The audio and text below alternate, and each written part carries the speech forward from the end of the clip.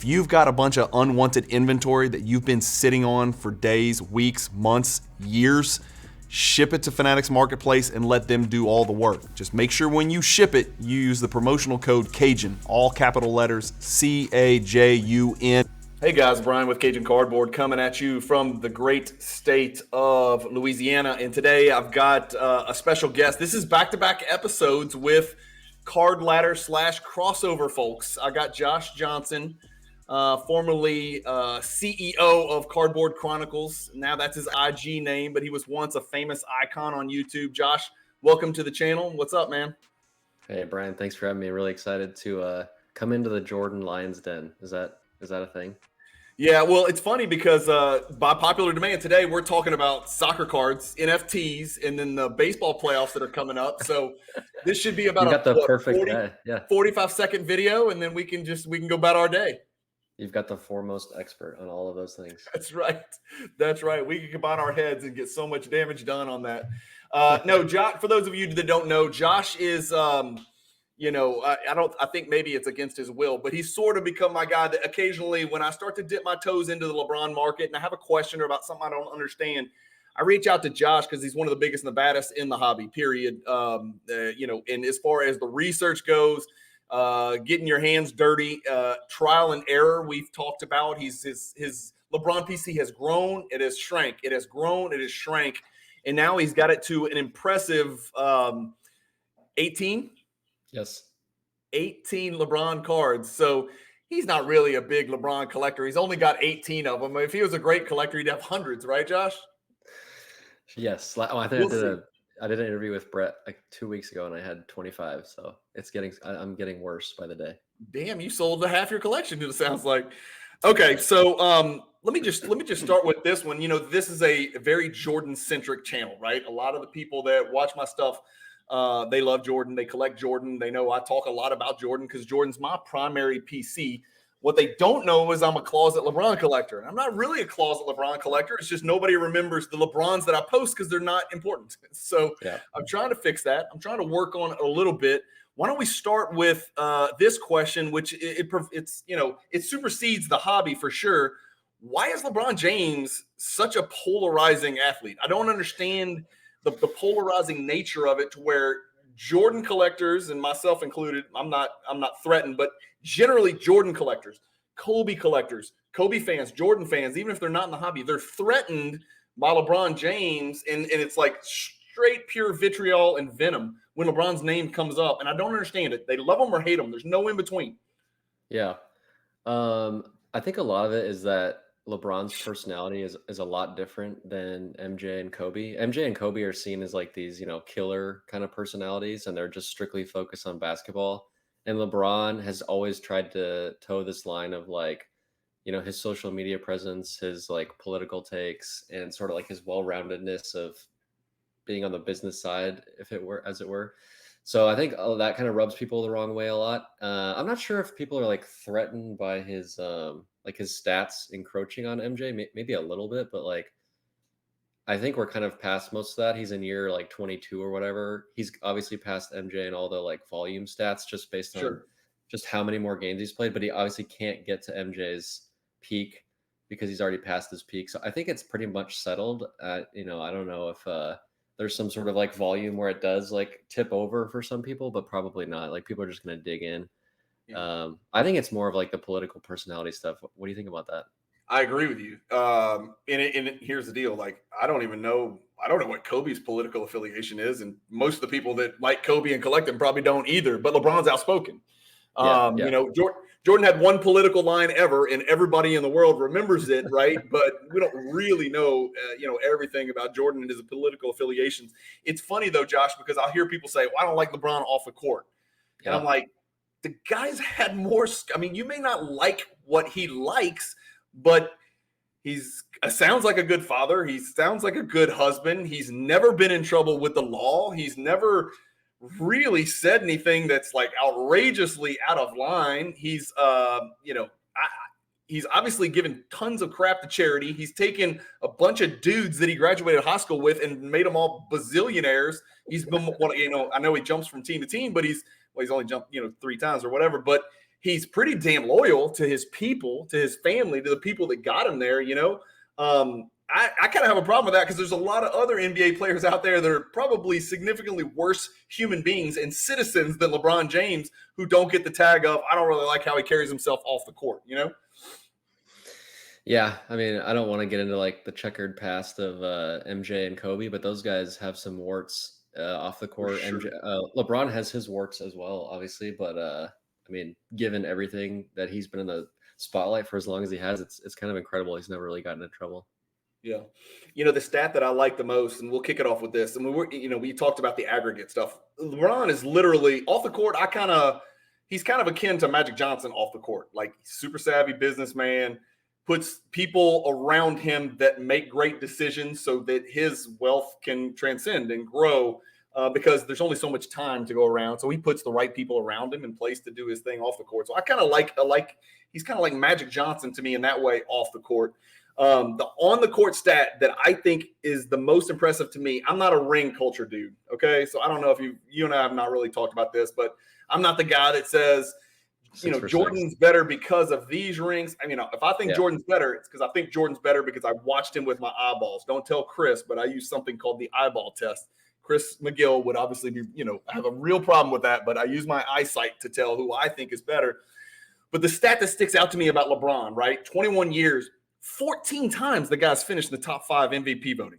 So for 14 years, people have thought he had a chance to win the MVP. And we know Kareem's got the most with 6, I believe. And then again, voter fatigue. LeBron should have 6 MVPs. LeBron should have 7 or 8 MVPs, quite certainly.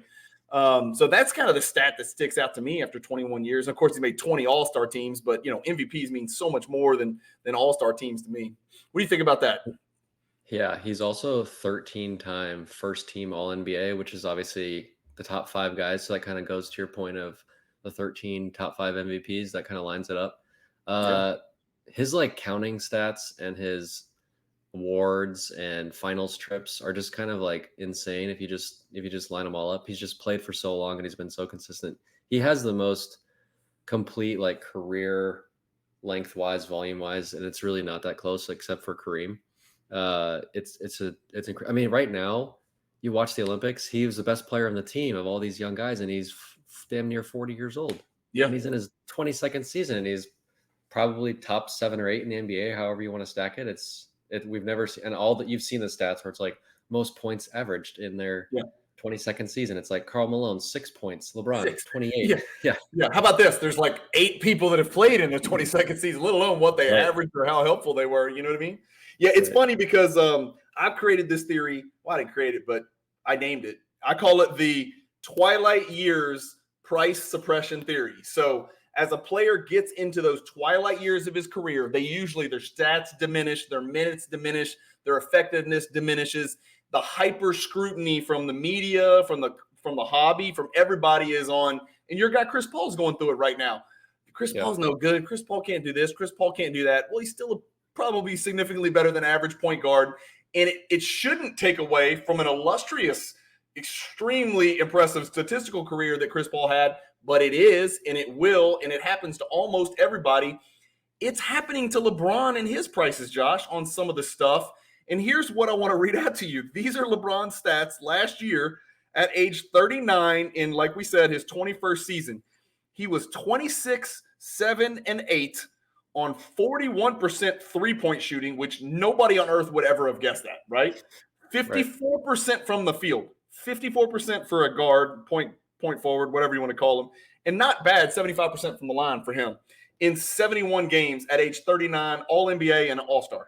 And his prices are diminishing because, he's not the same LeBron James. He's not the same LeBron James. I was like, well, man, he's doing stuff that nobody else has ever done at that age in that number of seasons. So it's funny that's kind of why you're on the channel, because I started looking at LeBron cards and I'm like, these cards are too low. The Jordan cards are spiking over here. And I don't want to lose all my Jordan fans. I'm sure I might, but the Jordan cards are spiking. They've ran by 21 prices, Josh, 2021 prices in a lot of cases. LeBron's cards have come way down here from 2021 prices.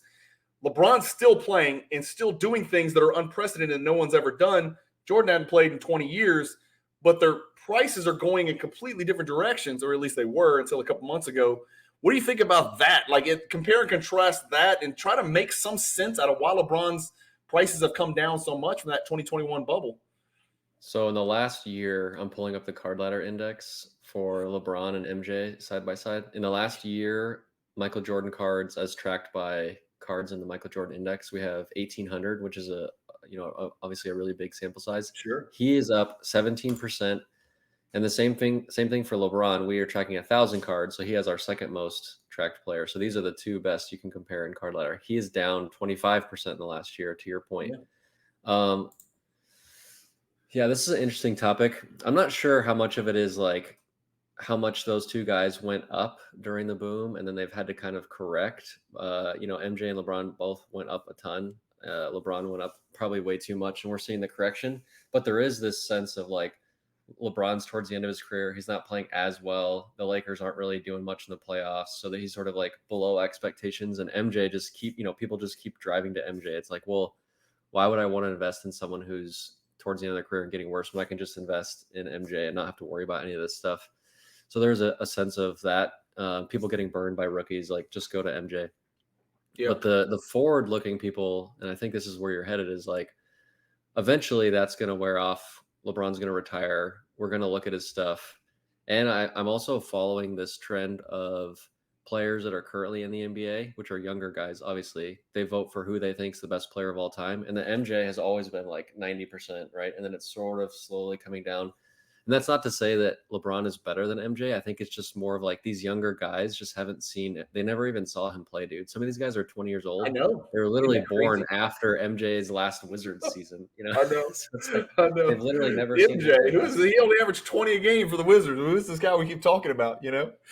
So that there may be some of that happening over time. You know, it'll get to the point where all these young guys, LeBron's their favorite player or whatever, and that'll trickle down. We'll have nostalgia, and eventually LeBron will sort of take up. So that's where I'm at. I've been on that for a while. As his prices go down, it kind of gets me more bullish. Like I'll just keep buying. It's fine. Yeah, and it's pulling people like me in. And again, I've been in, but obviously not at the same level as Jordan. But with Jordan prices going where they're going, you know, the logic, there's two birds on my shoulder. One is, you know, some of these Jordan cards are 100% over the last 1 year. Some of these LeBron cards are down 75% over the last 2 years. What's the right thing to do financially? And yeah, I'm a collector. I'm probably not as, you know, if we got 100% to cut up, I'm probably 70-30 collector investor, and you may be 95-5 collector versus investor. But man, at some point logic has to set in, and when you see an opportunity like that to buy, you know, the best or the second best or the third best, depending on who you are, that ever played the game, who's still playing and still adding to his resume, you got to at least entertain the idea. You know, the thing that's really sexy to me, Josh, is that like I get a chance to learn a whole new era of cards. That's what I'm really excited about. You know, I mean, you branched off from LeBron to mess with Todd Gurley, for instance, and Chris Paul and guys like that. You know, that feeling when you first, you know, decide, all right, I'm going, right? This is the real deal. I'm going. That feeling of excitement, you can kind of sense that with me right now. I've got a little bit of excitement pent up to where I just can't wait to learn. I can't wait to get educated, to meet new people that are on the LeBron side, to kind of talk through all that stuff. And again, I'm going to keep my Jordan going here. I'm going to keep my LeBron going here and just kind of push forward on those two guys, which are pretty damn risk averse, options in the hobby, in my best opinion, you know? So, all right. Explain this to me. A lot of people out there, recently we've been seeing the Women Yama stuff for the unlicensed Topps Chrome. We're going to talk a little bit more about that. It's not going to be a long conversation, but we're going to talk a little bit about it coming up in a second. People are seeing the Women Yama stuff come out, and we've had LeBron has a tricky little situation here that I've noticed, right? There's a 2002 finest LeBron product where he's wearing suits, and I don't think he's wearing any, Cavs uniforms or anything.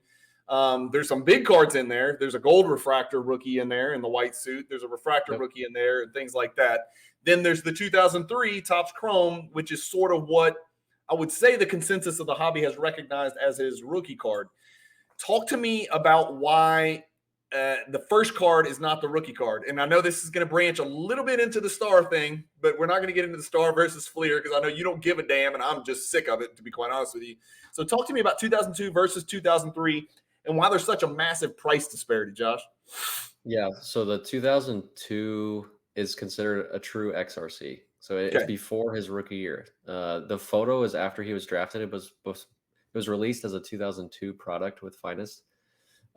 This is very similar to the way that Select does their XRCs today. It's like Select wanted to keep the tradition of having one product that produced these XRC cards. Like Mahomes has a 2016 Select, XRC.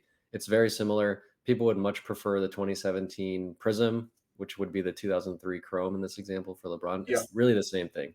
It's a cool card.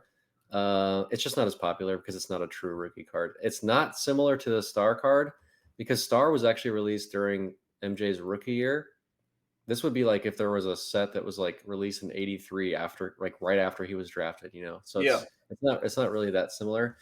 It's a card that some people are interested in. I'm personally not interested in the 2002 because LeBron.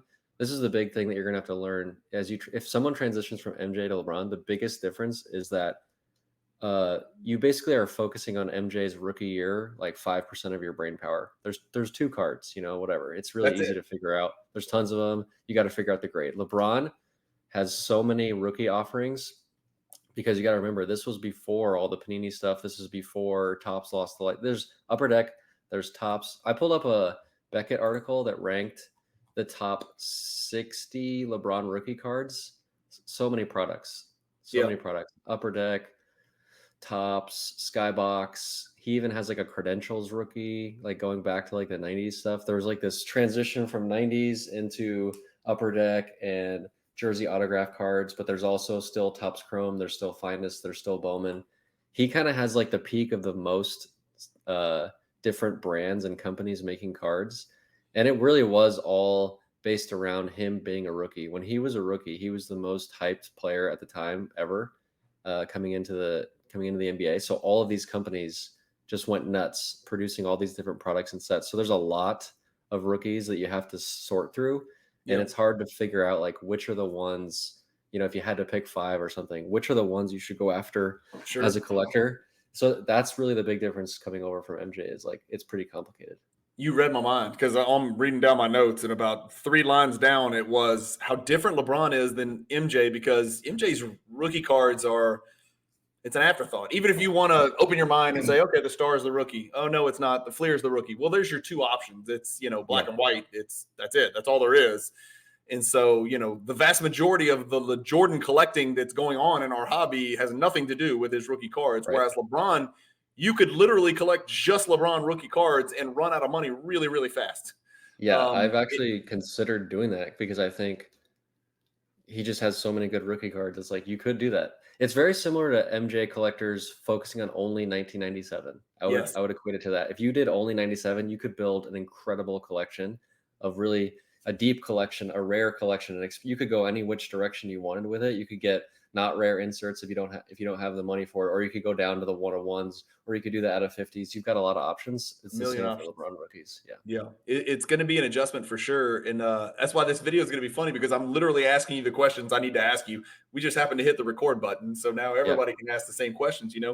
I've wanted to save this for later, but let's ask it now since we're talking about MJ and LeBron and compare and contrast. And do you think, let's say 5 years from now, more Jordan collectors will transition into also collecting LeBron, or more LeBron collectors will transition into also collecting MJ? And I'm not saying they're going to drop their guy, right, and just like switch teams. That ain't happening, I don't think, because both sides are pretty stubborn. But which side do you think will have more migration over to the other side? I saw a clip you posted about this, and I have no idea, man. I don't want to give the clip on the internet that's like, oh, this guy said LeBron's better than MJ. I don't want to provide that.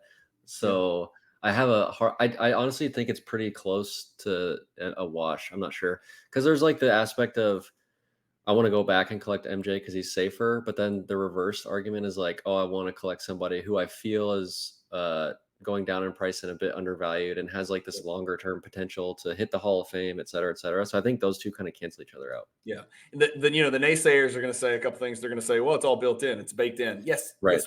We realize that LeBron is probably going to make the Hall of Fame. Yes. Right. But people always say it's baked in. And yet we always see a spike when they retire. And we always see a little bit of a spike as the Hall of Fame stuff approaches. Not when he's announced, but when we Well, he's like start 10 getting years. close. He's like 10 years away from the Hall of Fame. Isn't that crazy, Josh? I know. So, some people out there, more naysayers, would make the argument, and I can see a little bit from this perspective is that LeBron's already the aggregate stat king. Let's throw Wilt Chamberlain out. Okay. So let's say modern basketball, right? So LeBron James is far and away the aggregate stat king. Any kind of statistical comparison you want to look at as far as over the course of a career, other than rings, LeBron James is your winner, right? Across the board.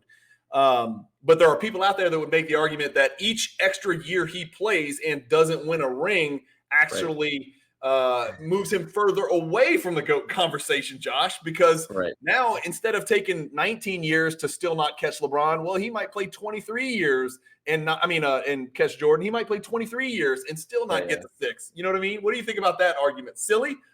No, I get it. Like it's like a percentage thing. Like he only won a championship in X% of his seasons, and that keeps dropping.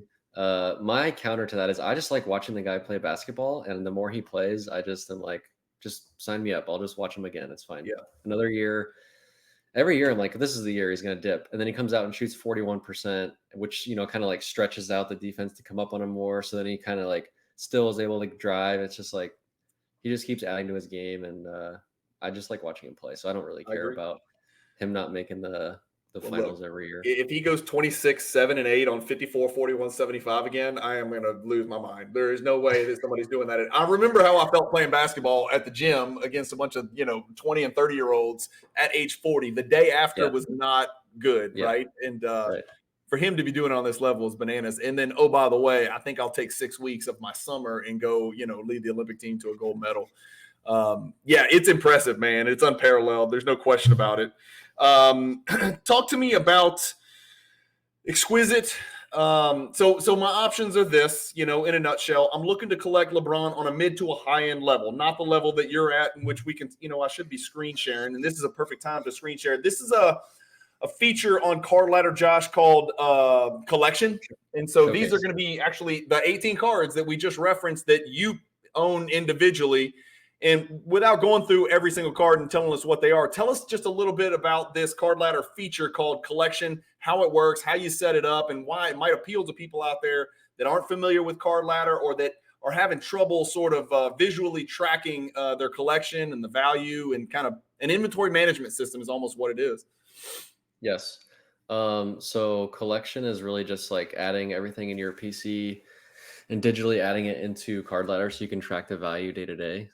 So you can upload your card through a bunch of different avenues. You can use spreadsheets. You can add single cert numbers one by one into your collection. You can add them manually, upload scans. There's a bunch of different options.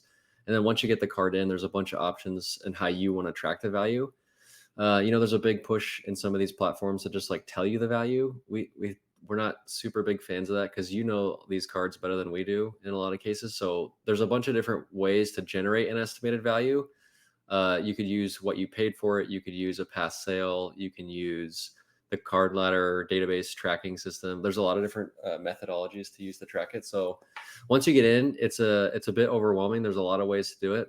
We have a bunch of FAQs and tutorials and stuff to try to help, but I like to do one by one, add the cert. I like to really dig in deep and figure out what I think it's worth based on sales history. So, and then scans are big for me, and like the way that you visually represent it. So we have like a way to show them sort of like in this view you have here, where it's like big focus on the cards themselves and the scans, or you could do like more of a data focus on layout. And what you're looking at here is actually showcase. So after you finish your collection, you can showcase it to other users, which is how you're able to look at my collection. So I've turned on the showcase feature.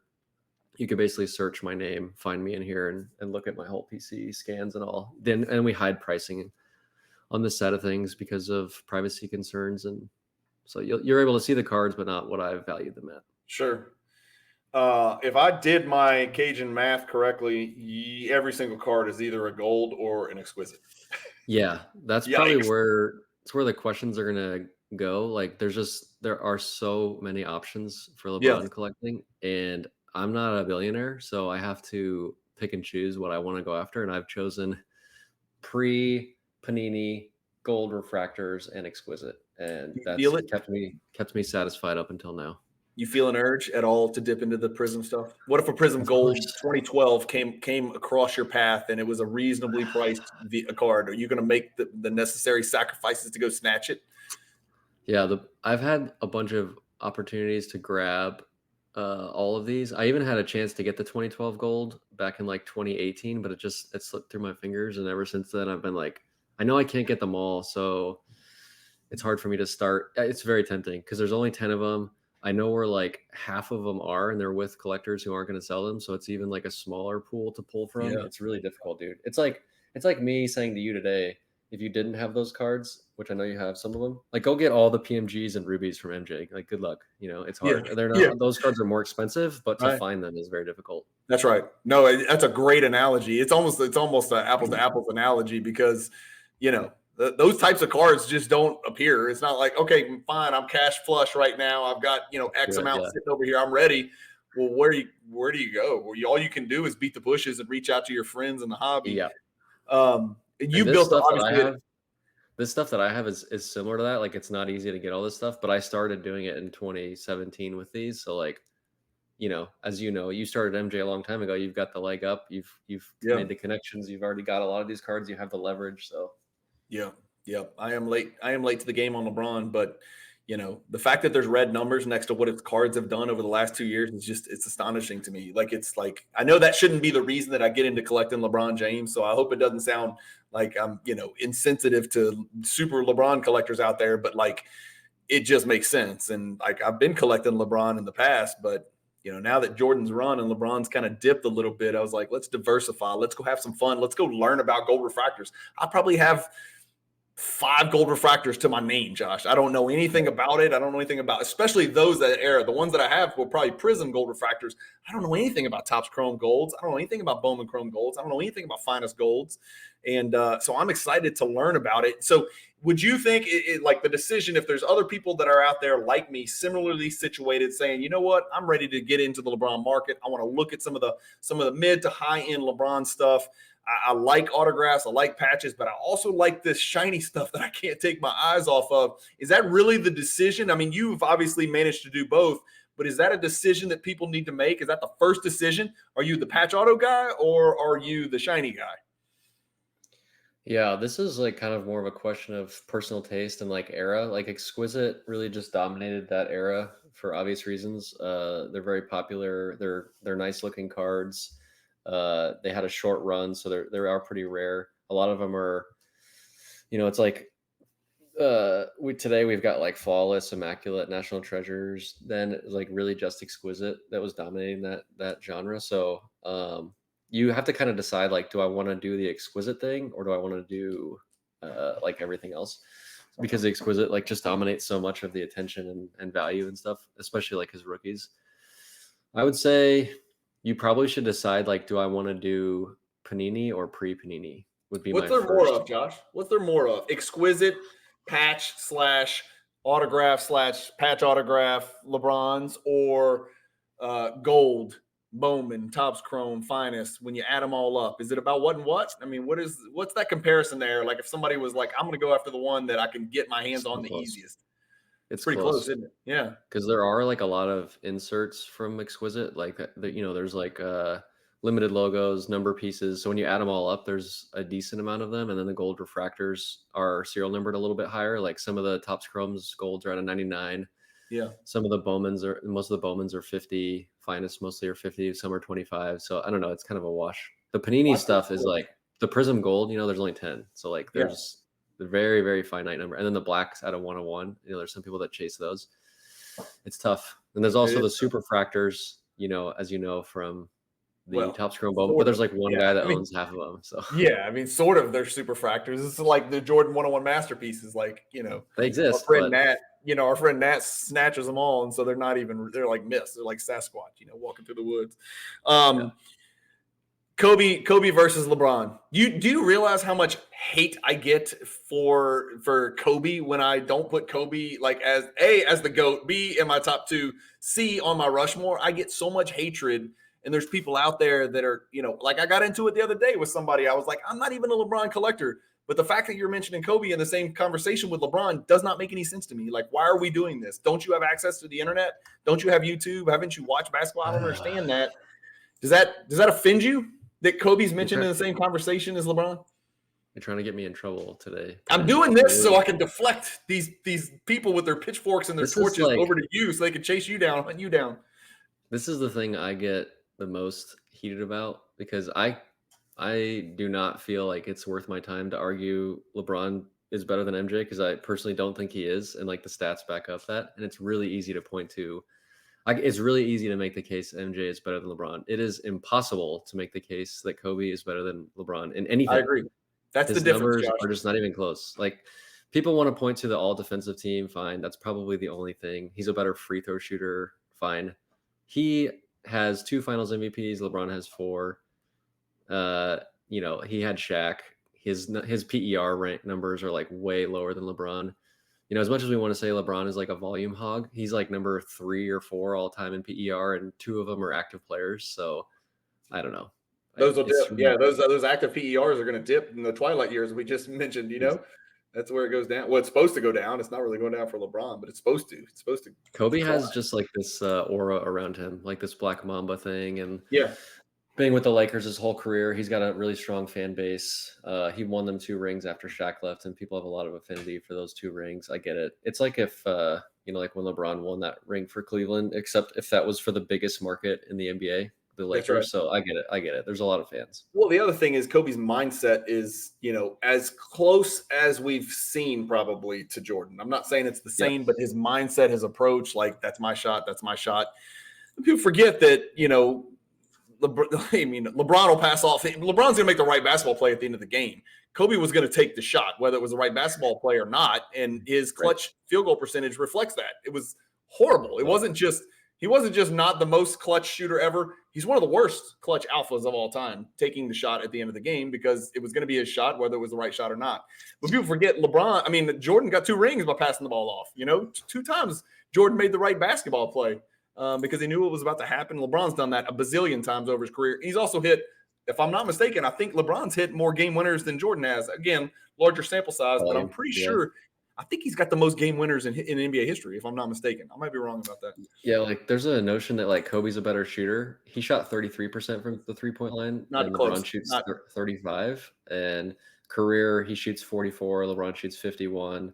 Yeah. PER, Kobe's 22. LeBron is 27. These are big gaps. These are huge disparities. Yeah. Okay, good. So everybody – reach out to Josh if you love Kobe. Get off Cajun Cardboard. Don't worry about me. Bypass me and keep on trucking. Get right over to Cardboard Chronicles. It's the most hate I get thrown at me by far. Let me give you a chance to get off the hook because this is what I say. All those things said about the inefficiencies of Kobe. His defensive prowess was special. It was unique. Sure. In my opinion, he's the second best shooting guard that ever played the game. He is somewhere in my 7 to 10 all time based on paper resume. He's somewhere in my 7 to 10. I think Chris McGill had the balls to put him like 15 or something like that. Where are you ranking Kobe in your all-time historical list? I don't have those kind of balls. I don't have those kind of balls. I'm probably more like 11 to 12, like in the Steph Curry range, somewhere in there. Yep. It's interesting because there's players playing today. And Chris and I got sidetracked on this. There's players playing today. They're going to write their name into history. Like Steph's working on that. Obviously his guy Jokic can have something to say about the top 10 all time, top 12 all time. If something crazy happens, Giannis might have something to say about that. And good Lord, who knows what Victor Wembanyama is going to be by the time it's all said and done. I probably would say, God, he probably said Jokic is better today. Like he did, he tried, and I was being nice to him, and I was like, okay. I'm probably not ready to say that, but he's getting there. Yeah. Who's better, Le'Veon Bell or Todd Gurley? Those guys are really close, actually. I think Todd Gurley has 1 offensive player of the year, and Bell has 0, but Bell had probably a couple like better fantasy seasons. I don't know. That's pretty close. Man, I threw it up there. I set it up there for you to spike it right in his face, and I gave you an opportunity. He's got the Offensive Player of the Year award. I think the Offensive Player of the Year in football is like the hardest award to win because the quarterbacks win everything for MVP. Yeah. No kidding. The quarterback award, but Offensive Player of the Year, you got to compete with a lot of people. Shit, yeah. Are you the biggest Todd Gurley collector in the world? Is that fair? I don't have his. I don't have like his like top 5 cards. That's the issue. But I have Oh, like the most volume below that. I have like 30 101s and 15 yeah. rookie 101s. So I have a lot. Yeah, I didn't realize how, I'll see mail days every once in a while on the crossover, but I didn't, they just kind of, it's all a blur for me because I don't collect football. And then I Yeah. was scrolling through your IG page getting ready for this thing, and I was like, damn, he's got more gold vinyl than anybody I think I've ever seen in my life. It's like damn near every one I've ever seen. Yeah. Or Superfractor or whatever you call them, they all look the same. He's easy to collect. He's cheap. Yeah, he is easy to collect. That price point's got to feel like jumping into a nice, cool swimming pool on a summer day compared to collecting LeBron. You know what I mean? My whole PC of Gurley is worth less than my cheapest LeBron card. That's unbelievable. Yeah. So there you go. There it is. There it is. A LeBron hierarchy. Do you know how many messages and comments and phone calls, literally, and text messages from people I've never met? Hey, you need to do this for LeBron. And I'm like, oh, okay. Well, I'll just learn everything that I know nothing about, and spend 400 hours putting this together for you. Just hang tight for a second. I'll be back in a week. Any thoughts about that? I know you and I have kind of messaged back and forth that there needs to be some kind of, like what we're doing right now, this give and take. There should be a way to get people past, the first 20% of ramping up, just to give them a buffet, not to tell them who to collect, because not everybody can collect exquisites and golds and black refractors and all that stuff and all the rookies, but just to kind of almost just ease the transition and remove those barriers to entry of being overwhelmed maybe by what's out there for LeBron, because he has a massive selection of potential cards in that path, in that segment of the hobby. Any thoughts to doing something, not the exact same thing, but something along those lines of, hey, here's my contribution to the hobby. I collect LeBron James. You can collect LeBron James. Take this and do with it what you will. Kind of what I did with the MJ stuff.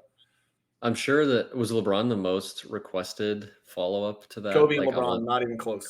LeBron won. Well, Jordan, LeBron is the most requested. After that, it's Kobe, which is only people who don't watch my channel because they know I never. Because you're basketball. Yeah. And you're a basketball guy. And I'm all basketball. Yeah. And the second follow-up question, does this not include one-of-ones? I think you got to eliminate one-on-ones, Josh, or the whole thing will be, damn near half of it will be one-on-ones. I mean, I took one-on-ones out for the Jordan thing, and I think there's only, realistic playing year one-on-ones, maybe 8 or 9 or 10 or something like that. Right. I took those out just because I didn't think it applied to mortals. You know what I mean? Like, let's talk about the cards that a human being can actually go locate. Because LeBron has way more one-on-ones, way more of value than MJ, because MJ just I think he has like. We could probably map it out. It's probably like 10, right? Like well, it depends if you include 98. In 98, Upper Deck went ape shit, and they made yeah. So, but from 97, 98, I think there was like I just did the video with Nat. I don't know, maybe like 6 or 8 or something like that. Yeah, 2, and then maybe like 6 or 8, something like that. Because LeBron has like 2. He's got thousands. He has 2 Logo Man Auto 101 rookies. Like those are like they just would kind of be at the top. And then you've got like Superfractors and his second year Superfractors. He doesn't have any Superfractors from his rookie year. Mm-hmm. But he does have a Finest 1-of-1, which is like kind of like an X-Fractor look. So there's a lot. So not including 1-of-1s, it's like the exquisite RPAs up top. And there's like the gold parallel out of 23.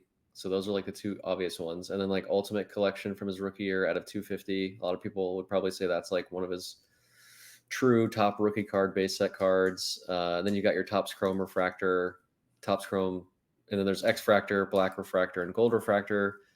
I mean, you could probably, if you're getting someone into LeBrons, those alone, I've just knocked off like a big portion of what you would focus on. If you're just you haven't named a non-rookie yet. That's the other thing. He's got so many non-rookies.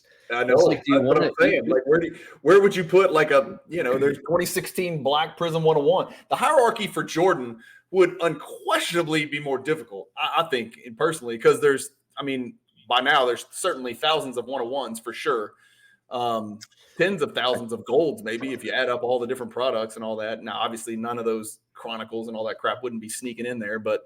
I think it would be a massive undertaking. The way to do it, Josh, might be to just cut off, just do a rookie hierarchy. That might be the only way to even get your arms around it. It's so much data. Do you want me to screen share something? Yeah, what you got? I took a stab at it after your video, and I'm sure a lot of people did. Like, oh, this guy made a video on hierarchies. I could do the same. It's probably Yeah. really easy. And then once you dig in, as you've learned, Brian, you know better than anybody. It's like, holy crap, this was really hard. Yeah. People are like, you got to put this in there. I was like, all right, take one out. It's like all NBA teams and all pro teams. Like, you want your guy in there, or who are you going to take out? I took a stab at it, and I did exactly what you just said. There's no other way to do it, in my opinion, than to do it with two hierarchies of rookies and non-rookies, because they're Has to just like, how the F do you intermix them? How? be. It's impossible, in my opinion, because And that, like the rookies are just so different than the non-rookies because of just how much they printed, how many products came out, how much focus was put on LeBron, and the fact that they're rookies. There's obviously this huge premium on them. It just is its own category, in my opinion. So I kind of tried to like stack rank, and here are my rules, same as yours. No one-on-ones, no multiplayer cards. Because Nat, for example, has a 2003 exquisite dual logo man of MJ and LeBron. Like, yeah. just let your Oh, brain God. explode for a second. It's Yeah, like, I'll take it. Yeah. yeah, he's like that. You Does need that more card rules. You even? almost Josh, I took out autos and I took out jerseys. I mean, you could do that. You could do an exquisite hierarchy with LeBron. You could do a Yeah, non-autograph, non-patch hierarchy with LeBron. But when you mix those, now you're really opening Pandora's box, and you're gonna offend the whole world. You're gonna be yeah, like, how do you measure a 2015 Prism Black 1 of 1 versus number pieces 5th year? I mean, how do you even comprehend those and make a yeah. decision? It's impossible. So you can like kind of browse through this really quick, but I went for like exquisite RPA at a 23.99. Then I went to the Topps Chrome Gold Refractor because Topps Chrome is such a huge brand. Yes. Then I started intermixing like the not big brands, brand names for exquisite and like the shiny cards. So it's like the exquisite number pieces rookie, then the finest gold rookie, then the exquisite logo limited logos patch, then the finest XRC, then like the ultimate auto. Like I'm kind of just bouncing back and forth between like his big auto patch or auto Yeah. cards and his shiny cards. To your point, like you could probably separate those, but you could tell it kind of just cascades down based on rarity and like set popularity, and you trying to like figure out how they balance out. But I mean, look at this, dude. These are all just rookies. There's so many. You could empty your whole bank account just on like the top few of these. It's and it goes deep. Like you can get down to like credentials, like I mentioned earlier. There's all kinds of like different insert autograph sets that people like. There's parallel autograph rookies where it's like the base is out of 9.99, and then you've got the gold version autograph. Like his SP Authentic is like one of his bigger brand name autographs. He has an autograph rookie out of 500, and then there's like a gold parallel to it at a 50, where like the font is gold instead of silver.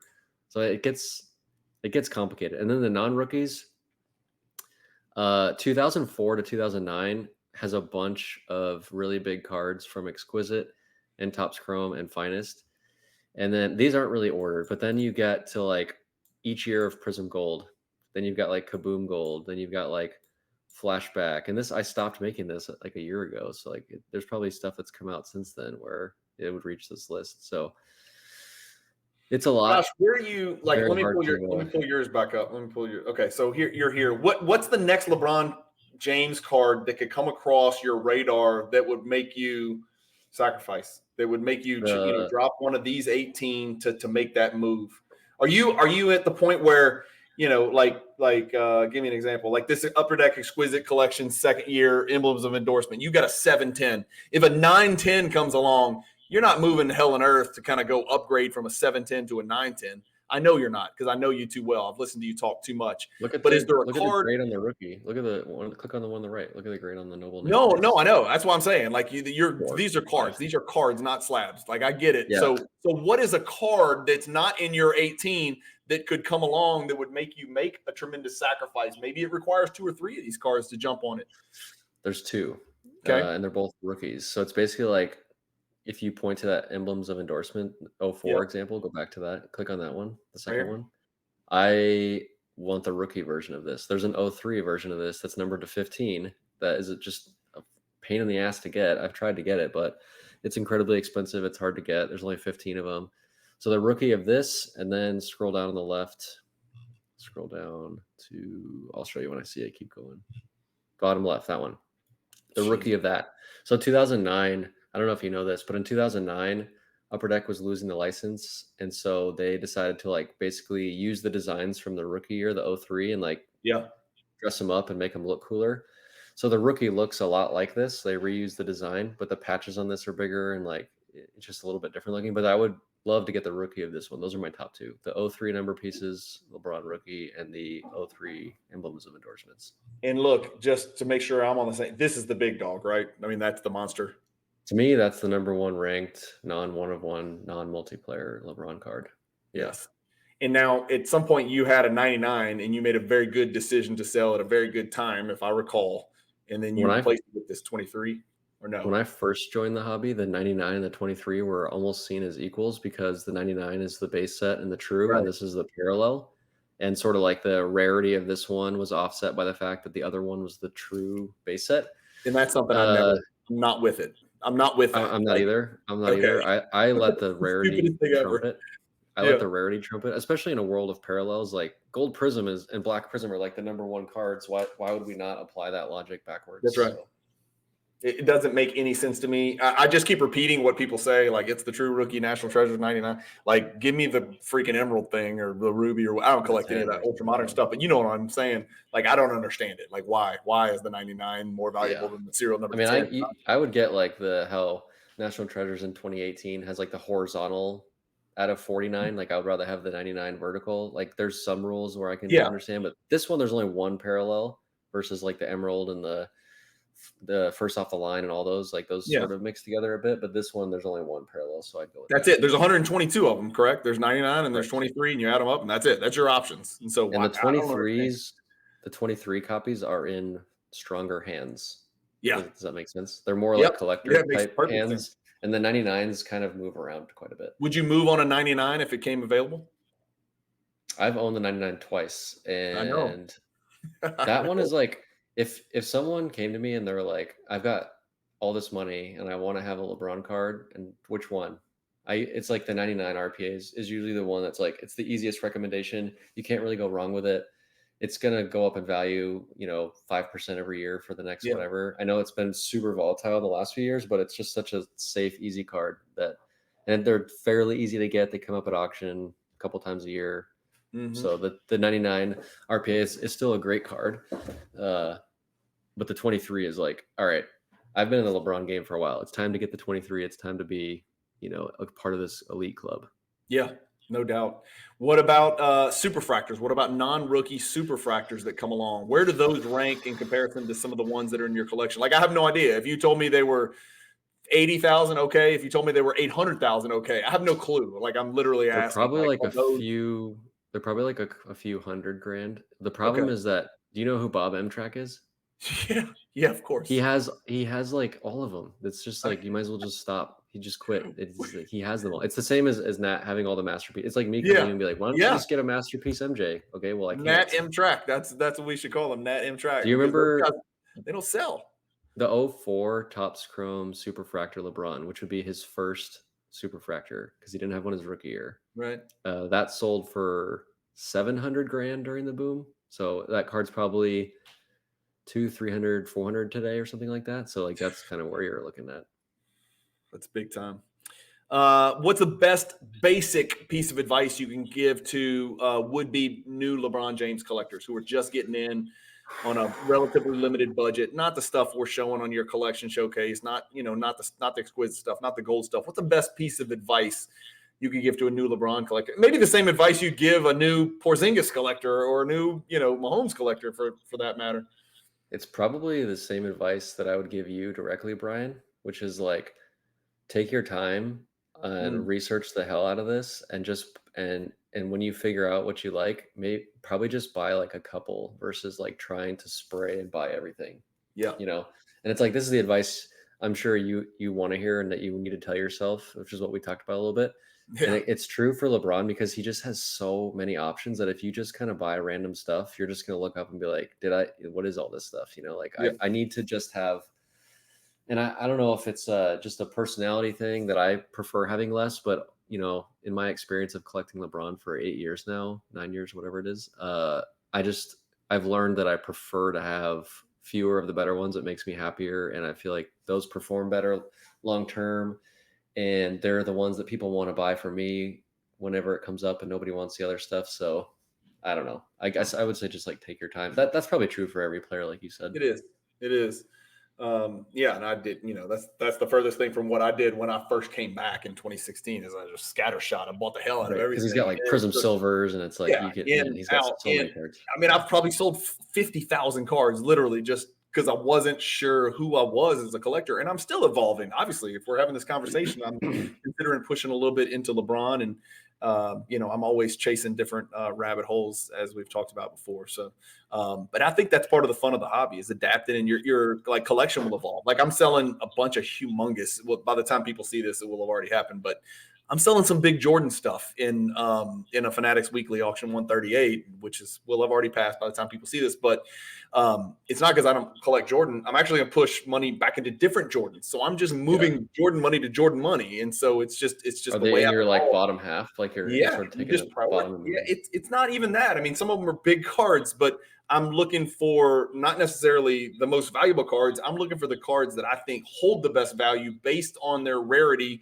And like we talked about, you cannot find certain cards. There was a little phase there where all the investor types over the last 2 years were liquidating their Jordan stuff on the way out. It was because Jordan cards were kind of transitioning downward a little bit here for about a 2-year period. And so you got to see Playmakers Theater over and over. You got to see Jambalaya over and over. You got to see Star Quest Gold over. I haven't seen any cards like that in like 9 months, man. I haven't seen one anywhere. And so, I think that those hands are getting into, those cards are getting into the hands of people that are not going to let go of those cards. And we know from, ad nauseum, we say it over and over, the less a card comes to market, the better it can hold and even appreciate in value. And when, a card comes to market too often, no matter how badass that card is, if people think it's easy to get their hands on, they're just going to wait for the next one. I've been doing this for a while, and I've been sensing like a really strong push, stronger than the past of the last year, I would say, of like, I just got to get all the 101s. Like and I like to give credit to Chris a lot for this. Like he's been pushing on this 101 thing for a while. Like just, if you're after a player PC, just get their best 1-of-1 rookie right away. And it's just like, that'll just sort of like cement you in. It'll make you're it easier in. to find. You're in at that point. Like it'll make you easier to find the other stuff. People know to come to you, and it's just like it's like a race. It's a race to the top. You might as well just go straight to the top immediately. No doubt about that. Your thoughts on the Star 101 price spike in the past? Whatever. Didn't it go up a lot? I don't know when you're releasing this video, but it went up like a ton last night, right? The PSA 8 sold for what was it? Like a ton, right? 200 grand or something. I mean, it's doubled over the last, 3 weeks or something crazy like that. Yeah. Let me pull up the Star. It was I feel the like we've PSA seen 8 it where before. I'll get you. What do you want to look at? The Star PSA 8 that sold last night. Here we go. Star. Here it is. September. Nope, I did something wrong. Okay, last night it sold for 244 grand in the previous sale. In June of this year, which was 3 months ago, was 132 grand. Yeah, there's your chart. Check that out. Up 212% over the last 6 months. I'll just get in trouble with your audience. I think this is insane. I think it's insane. Watch this. Click the pop button next to click that little book thing next to the pop on the right. By the way, yes. Well, you stole my thunder. I was going to tell you, this is the feature right here. This is the feature that changed the way that I create content more than any other feature on Cardladder. That we have this on sales history too, right? You know that it's like every card. Not and y'all added that 6 months ago, 8 months ago. That was really the game changer. Yeah, people are not giving that enough attention, but we have pop report for literally every card. It's insane, every card. And that comes from GemRate. So I got to shout out Ryan from GemRate. It's an incredible. It is unbelievable and an indispensable tool in the way that I do things. Okay, so look at this thing. Look at these numbers. People are like, this card's rare. It is rare relative to like the least rare card ever in the 86 Fleer MJ, but it is not a rare card. Here's the problem is that you've got, a potential 800 more that can cross whenever they want. So here's the deal. It's the saturation point is going to find itself. Like if you want to tell me that my PSA 8 is worth 100 grand more than it was 6 months ago, that's great. Every single 8.5 and BGS 9 in the world, which is over 300, every one of them is going to try to cross it. not once, not twice, but like 7 times, because it makes sense to try 7 times to cross your card if it's going to give you 100,000 profit. So Yeah. I don't know. And We'll see. Chris has been workshopping this theory, and I'm learning from him on this about how long a brand stays around. So, for example, like Prism became a brand and a product in 2012, and it's still going. And so that's like what, a 13-year 13 run. years, yeah. And Star was like not even like a fully accepted real product that was 4 distributed years. through boxes nationally. It was like these team bags, and then it just like flamed out. So I'm worried about like this Star brand is the issue. The fact that it's basically his only like real rookie card from his rookie year is what's keeping it afloat. But like the fact that it's not that rare, and it's the brand is really like iffy, makes me concerned. And the point that you brought up, which is a great point, like the PSA pop's going to keep growing. So yeah. Well, the pop reports are going to be screwed up forever, because, well, and it's bad for Star people, because how many BGS have crossed, let's say 200, 300? I don't know. And they're not removing them from BGS, right? That's they're moving from BGS. I mean, some people had them in team bags. That's great. But how many people? They're not removing them from the pop of BGS. That's my point, is that maybe 300 yeah. crossed, maybe 25 of those people actually remove the BGS label. Who's doing that, right? That's being generous, Yeah. So, I mean, I'm being generous, literally. So, and how long have they been grading these? How long has PSA been grading these? Since Atlantic National, I believe, just right before that, if I'm not mistaken. Yeah, so a little over 2, I think, Josh. Yeah. So in 2 years, we've got 355 copies of this. Look, let's hit the all-time here. Let's see. The first one sold June. Nope, that was when they graded it before. I'd say around, right before Atlantic National, right? Isn't that about right? Look at that. No.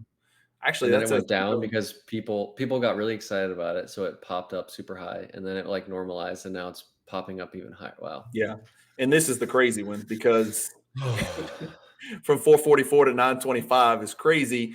And I know, we know the guy that's got 2 of them. He's a great dude. The concern would be, what if a 10 shows up? Do you have one of these? Became a lot less impressive. That's why I would hedge. I personally would hedge, but then again, do you have one of these, Brian? Like, what I respect. I don't own one of these, and by the time we're doing this video, I don't own my 86 Fleer 10s either. I had 2 of those. I had a base and a sticker, and they're both. So what made you want to move off of those 2 then? I ran out of money, and I can't stop buying cards, and so I want to. I know I can always go back and get those cards, and my plan, Josh, is to back into some really high quality 9.5s, some BGS 9.5s for like a fourth of the value. So just replace the PSA 10s with the 9.5s while PSA 10s are doing well, and hopefully they do well at auction. I don't know if they will or not. Like I said, I've got 6 days left, but by the time we see this, that will have sold. And then reinvest that money into. I want the Playmakers Theater. I want the StarQuest Gold. I want to, I need that 98 PMG, the gold PMG. There's just so many cards out there that you just can't find. And I know where some of those are. So I'd like to make an aggressive offer and try to put some of those cards into my collection, and then back down from a 10 to a 9.5 on the 86 Fleer stuff. Do you remember when famously Timbaland bid 700 and whatever grand on a PSA 10 Fleer, and the previous price was like 300, and it made absolutely no sense? And then the obvious thing that happened next was like 20 of them came out to auction, and Golden's backlogged on them for like 5 years trying to sell them one at a time. And isn't that going to happen to Star? Like, people are like, whoa, the Stars just doubled. Shouldn't I sell my Star? Look, dude, I'm telling you, if you go look at the auctions right now, there used to be one every once in a while. Now there's like 5 of them in weekly 138. There's all the other ones, the 195s, all the other Star cards are all selling as well. So, and that's okay. Like, I don't have a problem with that. That's what I would do if I was sitting on, Crunch and Munch BGS 8.5. I would sell the hell out of that right now and then buy it back later when it goes back down. It's just, I don't think everybody's been doing this as long as we have, and understands that when something rises that inorganically in that short of a time span, there will be repercussions. It will when come there's back. supply. When there's supply. When there's supply. That's right. These are not /10 golds or superfractors. That's right. There will be, the demand will at some point the supply will at some point exceed the demand, and we'll just find a new saturation point. Now, I'm not saying it'll come back down. It'll be cheaper than ever. I think there'll be a new floor established, and it may be higher than the old floor. But anyway, wow, this sounds like we're on a witch hunt. So let me go. What do you think? Give me your thoughts on 2024 unlicensed Topps Chrome. Man, you're talking to like the biggest unlicensed hater. Okay, let me say this. Let me start with this. There's two things. One, we shouldn't be angry that Fanatics is doing this, because why wouldn't they do this? They've got Wembanyama signed in his rookie year, so they're almost obligated to create these products and get Wembanyama autographs out. They've got the Topps Chrome brand, so I don't fault Fanatics at all for releasing these products. Topps, I think, is they're probably like workshopping some stuff before they get the license. Like, I get all that. I understand they want to get a release of Topps Chrome out before the licensed one, see how it goes, see where the feedback is. So I actually am in favor of all of that stuff. But saying all of that, I think it's hot garbage. I think it's a mess, and I wouldn't touch it with a 100-foot pole.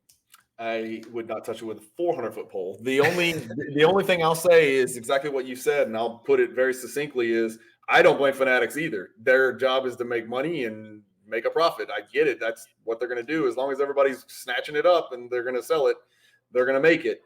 I'm just disappointed. It just sucks, because Topps Chrome means a lot to me. It meant a lot to me in my second phase of collecting, when I was collecting in 2003 and opening Topps Chrome boxes, and Topps Chrome meant everything to me. I didn't even know what Exquisite was. I couldn't afford Ultimate Collection. So me going to Target and buying Topps Chrome was some of the fondest memories that I have. I remember pulling a black refractor Dwayne Wade live myself. It's probably the best card I've ever pulled. And so Topps Chrome means a lot to me, and to see it tarnished, and again, Fanatics chase the dollar. I get it. That's their job, but it does tarnish it. Like, to sit here and say, this is the greatest unlicensed product of all time. Great. I don't give a shit. I would never in a million years buy it. If you gave me a box, I'd open it if it was free, but that's about it. Like, I would just never. I told Chris my favorite part of the card was the Topps Chrome logo on the card, because I have such nostalgia for just that logo. Yes. Like, if you just put that logo on anything, I'm like, oh, Topps Chrome, look at that. That's amazing. But then I look at the rest of the card. Like, even like the serial number printed on the front of the card was like off-centered, and it just looks weird. Like, I feel like they've got kinks to work out, which is why I'm okay with it, because they are going to get a ton of feedback on this set and then hopefully improve it upon it before we get the real stuff. Do we have one more year to wait? We got to wait one more basketball season, and then there's going to be licensed Topps Chrome? I think football starts next year, and basketball is the year after, I think. Okay. So we're like 1 to 2 years away. Yeah, we're getting there. Well, that's going to be tough. That's going to be the decision. You don't open wax at all, do you? I do not. I don't either. But when that comes out, are you gonna at least scratch the like itch? A real Topps Chrome box? Yeah. It's all about the price, dude. The issue with this stuff is like you and I can split one. The breakers just drive up the price of this stuff so much. I was opening Optic Football for a while, because it was like I got the hit of the shiny stuff, and it was like the cheaper brand, and it was football, so it was cheaper, but it was like $300 for or whatever, $200 for a box of like the most random thing ever. Dude, I bought 3 cases of Topps Chrome in 2018. Cases. Could you imagine buying a case of Topps Chrome? Now, there's no way in the world I would buy a case. It's going to be like $1 million. Yeah, it's so expensive. It's going to be the first one is going to be so expensive, because all the breakers are going to be after it, all the repackers. Yeah.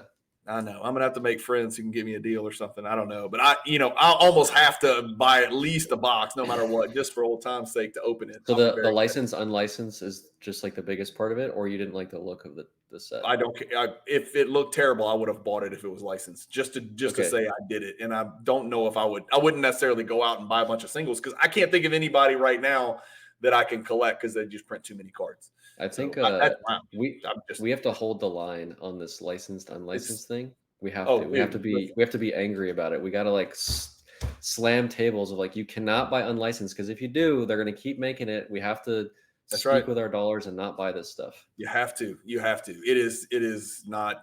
Yes, this is not good. This is not good. Speaking of licenses and changing and transition, I may not know the answer to this, but if Prism is discontinued, I don't know how this works. Did Fanatics ever get Panini's like the license to build? No. Okay, so let's just assume this runs its course. We have one more year of Prism, and then Prism disappears forever. It'll never be back in the hobby. does that make the 2012 to 2025 Prism more valuable or less valuable than if the Prism brand was acquired by Fanatics and continued to be manufactured?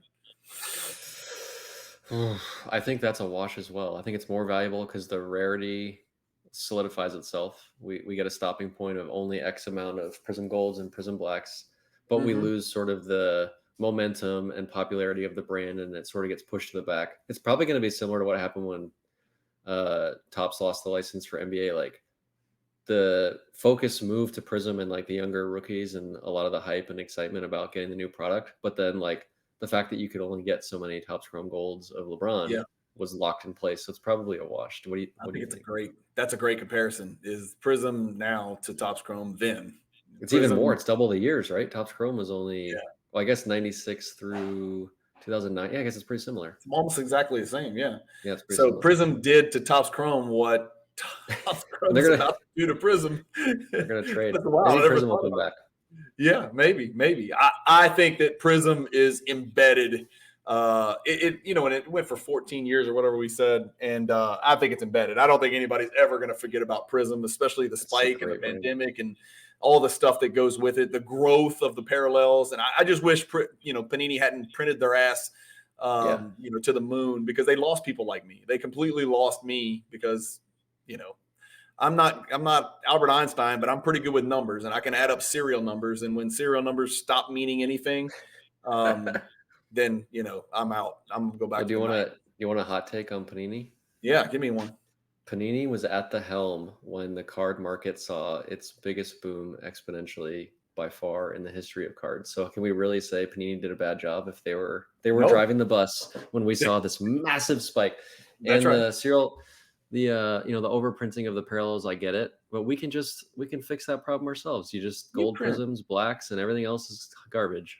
Done. Well, look, I didn't mean Panini did a bad job. They lost me, and they replaced me with like hundreds of different me's, right? They definitely amped up the demand, and they did what they had to do. I mean, you print to demand. You print on demand. As long as your product's being consumed, you continue to make more of the product. That's called scaling. You know how that works. But they lost the old, stubborn, get off my lawn people like me. So I'm just not going to do that. I'm just going to take a time machine, go buy my Jordans, and go dip into the LeBron world and have some fun, man. All right, tell me about Cardladder. What's the newest feature on Cardladder? Let me just show people the one feature I wanted to show them, and I was going to do a whole separate video on this. So a lot of people don't know. So you go into sales history. In sales history, Josh, give me a quick rundown of every single sales platform that you guys pull data from. So if I type in here, let's get rid of this dumb star card and put 86. Just kidding. 86 Fleer Jordan in here. So click on the second one, the eBay, the second one, and then on the right, click that view sales of this card, and then click down right there, and then click all graded sales. There you go. So this is the more accurate way to just you don't have to search, and you just get them. So there's all these sales here. And then give me the rundown. eBay, Golden, Fanatics, My Slabs. Go through it. What else? Click the filter button next to the search bar, and then click platforms. There you go. eBay, Fanatics, all the Fanatics, Golden, Heritage, My Slabs, Pristine, all Leland's Memory. There's a lot. And then we also do private sales. Vetted private sales. Yep. So the big feature to point out here, in my opinion, is a lot of the integration with GemRate, where we are categorizing each card by its what card exactly it is, and we're using the cert to do that.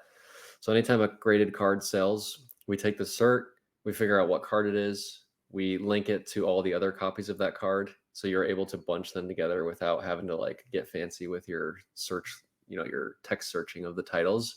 And you can get real specific with all the graded cards. And you can do that with the view sales of this card button on the right. You can also type in the cert. If you click that little pound symbol inside of the search box, you could just search by the cert, and it'll do exactly what I just described. It'll look up the card of the cert and then give you all the sales of that exact card very quickly. And you could do it where only that grade, or maybe you want to see all the grades, etc.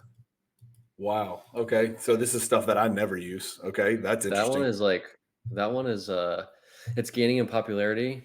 And on the phone, you can actually, if you're on the mobile app, people at the shows do this. You just take a picture of a graded card. It'll pull the cert off of that and do the exact same thing behind the scenes that you just did there. And this is what I was telling people about. This right here is what changed the way that I do my videos right Wow. here. So Yeah. I'm in sales history. You click on the pop report. It pulls up the pop report for PSA, BGS, and SGC and CSG for whoever in the right mind is grading a Jordan rookie with the CSG. And then it shows you the pop growth down here at the bottom for this particular grade. But this is huge, huge, huge for me right here because it's just like it just really saves me a ton of time when I'm doing these, Fanatics weekly recaps and soon to be some other auction house recaps that I'm doing. And then this, Josh, am I crazy? Is this not new? This combined gems and then combined gem rate? I don't feel like that's always been there. It's not new, but like I will say, we just have like so many features that even I'm like, what's our newest feature? I don't know. We've got so many that most people just use it for sales history, but as you use it more and more, Brian, I'm sure you've noticed like, holy crap, there's this new thing I've never seen. Because we try to like publicize all the different features, but sometimes they're like hard to find, and people just naturally, organically find them, and they get excited that way too. Yeah. Yep. What else? Anything new coming up on Cardladder as we wind it down? Go to industry tab, bottom left, the bottom one, or the second from the bottom, that one. Sorry, below that. No, that's feed. There. Below that one, at the bottom. Here? That one. Yeah. Industry. So this tab, we've been putting a lot of effort towards this lately. We are showing monthly volume across all the platforms, all the sales. And we just crossed 100 million sales in sales history, 100 million unique sales, which is insane. And millions of those are like graded cards that are categorized and searchable. And then we recently just added this platform breakdown. So in the month of August, here's your breakdown of what platforms sold what amount of volume. I never gotten this macro. This is awesome. How about this trend? I mean, this is undeniable, right? It looks like the total sales volume is sustainably, noticeably higher over maybe the last 7-8 months, huh? Yep. And I have theories on this of why people are freaking out about individual card values going down. And then it's like, oh, the hobby's going down. Well, actually, the overall hobby is going up. The monthly volume keeps going up. The issue is that there's so many goddamn parallels and so many freaking sets and modern print. There's like 1 billion Wemby cards. Like the money's just getting more spread out. More units, average lower price point per unit. Yeah. Bingo. But what do we care about? If you're going to judge the hobby and the amount of money that's coming into the hobby and circulating within the hobby, all you care about is the total dollars spent. You don't care about the average price per unit purchased. You care about the total dollars spent. People are spending more money in the hobby over the last 1, 2, 3, 4, 5, 6, 7, 8 months than they were the 8 months prior by quite some margin, it looks like to me. $250 million is spent per month on public sales of single cards. So that doesn't include wax, breakers, repackers. Like there's so much money flowing into the hobby. It's insane. Last month, since y'all started tracking in 2010, last month's the second most dollars ever spent in the hobby. I mean, people don't want to hear it, Brian, but like people are maybe nervous about hearing some stuff, but the hobby is kind of like slowly behind the scenes, just always been absolutely killer over the last 2 years. And it really hasn't slowed down. I'm excited. I'm seeing momentum for sure. We're doing these weekly auction deals. Do you think that's like an economy thing, or what's like your big picture thing on like why it's going up right now? I mean, first of all, let's be very clear. I am the dude who's looking at the next day, tunnel vision, straightforward. So rarely do I take a step back and look at the macro stuff, but I don't know why. I feel much more sense of comfort, like with the world financially, the stability, and my own personal life. And I'm just one person, but and I'm in real estate, which is really saying something because real estate's in the shitter right now. But I feel better today about the economy, the market, the hobby, my personal financial situation than I did, let's say 12 months ago and even 24 months ago. And I feel like the more people I talk to, they feel the same way. They just feel like they're in a better place right now than they were 12, 18, 24 months ago. Interesting. Yeah, I would agree. It makes sense, but you watch the news and it's like everything's horrible. But it's like individuals, people are okay. Listen, I can go viral. You want me to go viral? I'll make a really mean ass video about Star 101 cards. I get 1 million views. I promise you. I might be dead tomorrow, and you know who did it. It's those crazy bastards. But I could get a lot of views if I wanted to, piss on Kobe or Star or You're gonna You know, get me fill in in the trouble with blank. Kobe and Star today, but as long as Yeah. you're on my side, I'm gonna just point them to you. This is your video. Hey, I'm the guy that put the Star in tier 1 of the hierarchy, and I'm the guy that's got Kobe in my top 10. Josh is the one that's got Kobe somewhere outside the top 50. So worry about Josh. Worry about Chris McGill. Leave me alone, man. Yeah, Chris All right, said Josh. 15. I say 11 or 12. Yeah, I know. 11. You go 11. I'm going to go 8 to 10. That's fair enough. Okay. Somebody can maybe All right. convince us otherwise one day. Anyway, Josh, thanks for joining the channel, man. Anything that comes up where you need me, I told Chris the same thing. I'd be happy to help you guys.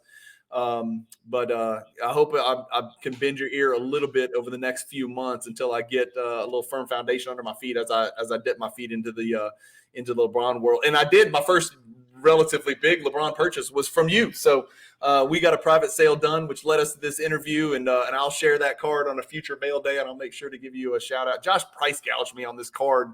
It was probably worth half as much as he sold it to me for. I'm just kidding. He sold it to me for a very fair price. So he put his money where his mouth is. It was at the Cardladder estimated value. So, it's your software, it's your estimated value, and that's what we did the deal for. So it was good. Well, thanks for having me on today. Please bend my ear as much as you want. I never get tired of talking about cards. So awesome. I'm excited. One day I'm going to make a move at one of your 18. We'll see if I can get you to move on one of those. Not likely. All right, guys. Thank you again for watching. Keep collecting. Stay positive in the hobby. And peace.